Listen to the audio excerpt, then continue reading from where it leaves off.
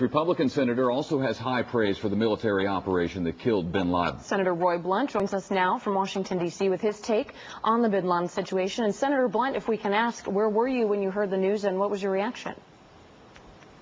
Well, I heard the news early last night and then saw the paper this morning, got more details, and today I went to an Intelligence Committee hearing where we really got a good briefing on what had happened from really the very end of the thread of trying to find somebody that would connect this with bin Laden. I think this is a real success of the intelligence community that's working the way that we hoped it would 9 years ago when we brought that community more closely together, and this is the best evidence yet of how that can really pay off big dividends. But the big dividend here is the symbol of Osama bin Laden and the justice that finally has been done by ending his life.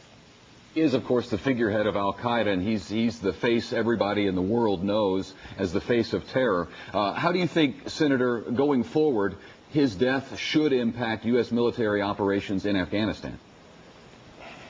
Well, I don't know how much impact it has on actual military operations. I think eliminating Osama bin Laden as a symbol, knowing that justice was finally done for what he did on 9/11 is the important thing here.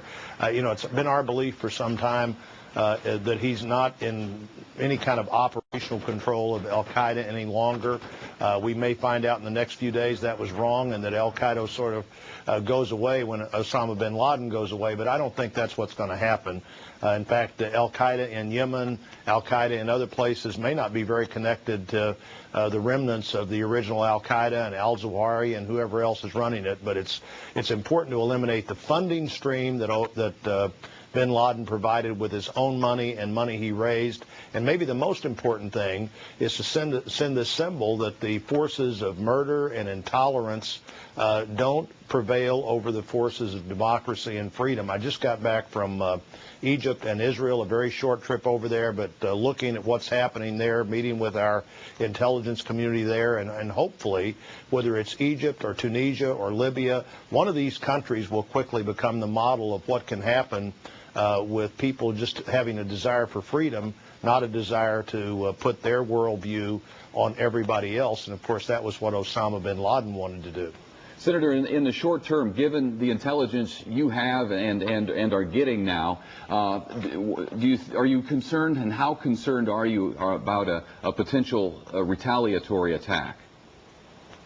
My view is, Ethan, that if al-Qaeda could attack us, they would, and they would have attacked us last week if they could. Clearly, they're going to be more angry than they were before, but their whole movement is driven by anger. It's driven by trying to prove that the United States is not who we appear to be, and I think we've got to constantly be on the alert. I don't think the elimination of Osama bin Laden in the short term has any impact on making us more secure, and frankly probably not less secure. They might get lucky next week and have a successful attack, but we've prevented that over and over again for a decade. I hope we continue to be lucky instead of them get lucky. We are clearly a country that they want to do harm to because we disprove the only way they say people can live. We live together in great diversity, and they have this idea that everybody has to live exactly the same way, and there's no